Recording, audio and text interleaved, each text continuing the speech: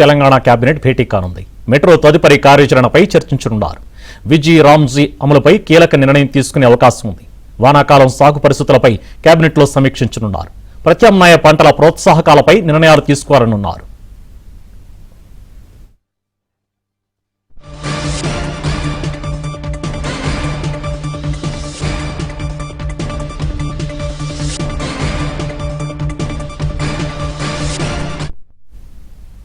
కాసేపట్లో తెలంగాణ కేబినెట్ భేటీ కానుంది. మెట్రో తదుపరి కార్యాచరణపై చర్చించనున్నారు. విబీజీ రామ్జీ అమలుపై కీలక నిర్ణయం తీసుకునే అవకాశం ఉంది. వానాకాలం సాగు పరిస్థితులపై కేబినెట్లో సమీక్షించనున్నారు. ప్రత్యామ్నాయ పంటల ప్రోత్సాహకాలపై నిర్ణయాలు తీసుకునే అవకాశం ఉంది. ఇది అంశాన్ని సంబంధించిన డీటెయిల్స్ మా కరెస్పాండెంట్ నరసింగరావు అందిస్తారు. యశుబాన్ మరి కాసేపట్లోనే తెలంగాణ కేబినెట్ సమావేశం ప్రారంభం కాబోతుంది. సచివాలయంలో ముఖ్యమంత్రి రేవంత్ రెడ్డి అధ్యక్షతన ఈ సమావేశం జరుగుతుంది. సో ఇప్పటికే ఈ సమావేశం కోసం మంత్రులంతా కూడా సచివాలయానికి చేరుకున్నారు. మరి కాసేపట్లోనే ముఖ్యమంత్రి రేవంత్ రెడ్డి కూడా సచివాలయానికి రాబోతున్నారు. ముఖ్యమంత్రి రేవంత్ రెడ్డి చేరుకున్న వెంటనే ఈ సమావేశం ప్రారంభమవుతుంది. సో ఈ సమావేశంలో కొన్ని కీలకమైనటువంటి అంశాలపైన చర్చించి కీలక నిర్ణయాలు తీసుకునేటువంటి అవకాశం ఉంది. అయితే ఈరోజు జరుగుతున్నటువంటి ఈ సమావేశానికి ఒక ప్రత్యేకత ఉంది.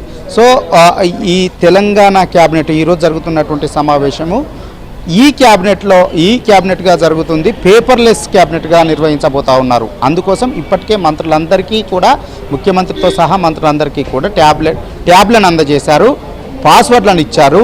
సో ఇక అందుకు క్యాబినెట్కు సంబంధించినటువంటి ఎజెండా, క్యాబినెట్ అంశాలన్నీ కూడా ఈ ట్యాబ్ల ద్వారానే సమాచారాన్ని చేరవేయబోతా ఉన్నారు.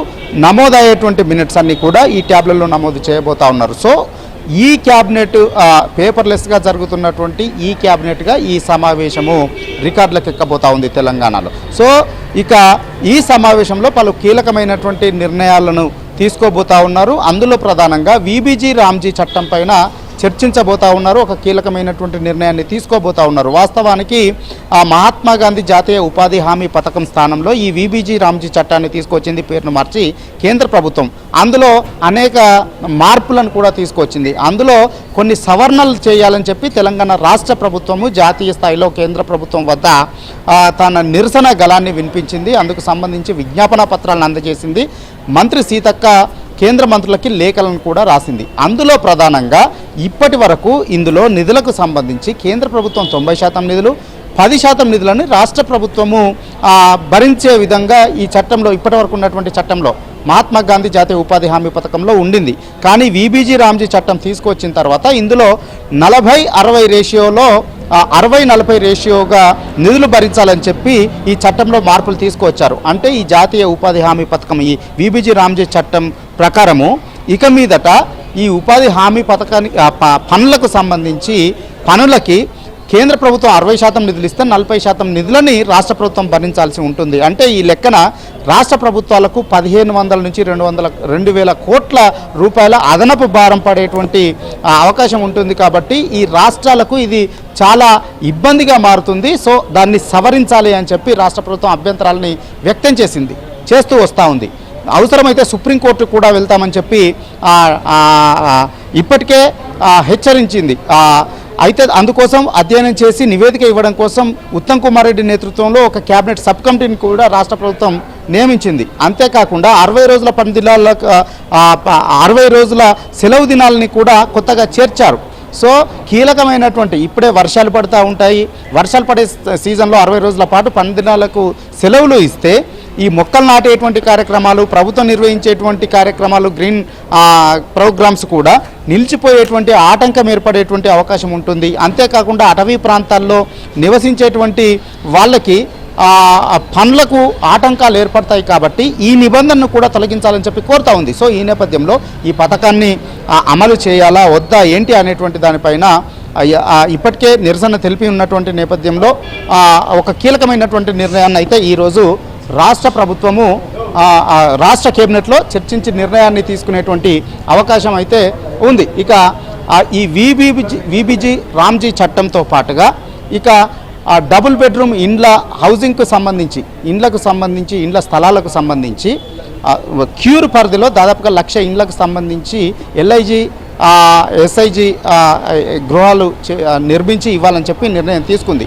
సో అవి ఎక్కడ నిర్మించాలి అనేటువంటి దానికోసము దాదాపుగా 26 ప్రాంతాల్లో స్థలాలని ఎంపిక చేసింది. ఇప్పటికే గుర్తించింది రాష్ట్ర ప్రభుత్వం, అధికారులు గుర్తించారు. సో ఈరోజు ఆ స్థలాలకు సంబంధించి చర్చించి ఏ ప్రాంతాల్లో గుర్తించారు, ఏ పరిధిలో ఉన్నాయి, రెవెన్యూ పరిధిలో ఉన్నటువంటి స్థలాలెన్ని, హౌసింగ్ పరిధిలో ఉన్నటువంటి స్థలాలెన్ని, ఇతర శాఖల పరిధిలో ఉన్నటువంటి స్థలాలెన్ని, వాటిపైన చర్చించి కూడా ఆ స్థలాలను ఎంపికను ఖరారు చేసేటువంటి అవకాశం ఉంది. వాటిని క్యాబినెట్లో ఖరారు చేస్తే, ఎంపికను పూర్తి చేస్తే ఇక ఆ స్థలాల్లోనే నిరుపేదలకు డబుల్ బెడ్రూమ్ ఇండ్లను కట్టించి ఇచ్చేటువంటి ప్రక్రియకు ముందడుగు పడేటువంటి అవకాశం ఉంటుంది. దీనిపైన కూడా ఈరోజు కీలకమైనటువంటి నిర్ణయాన్ని రాష్ట్ర కేబినెట్ తీసుకునేటువంటి అవకాశం ఉంది. ఇక దాంతో పాటుగా ఈ పంటల మార్పిడి కోసము ప్రత్యేక ప్రోత్సాహాలను అందించేటువంటి దిశగా రాష్ట్ర ప్రభుత్వం ఆలోచన చేస్తుంది. ఎందుకంటే ఇటు వరి లేదంటే పత్తి, ఈ రెండింటి సాగు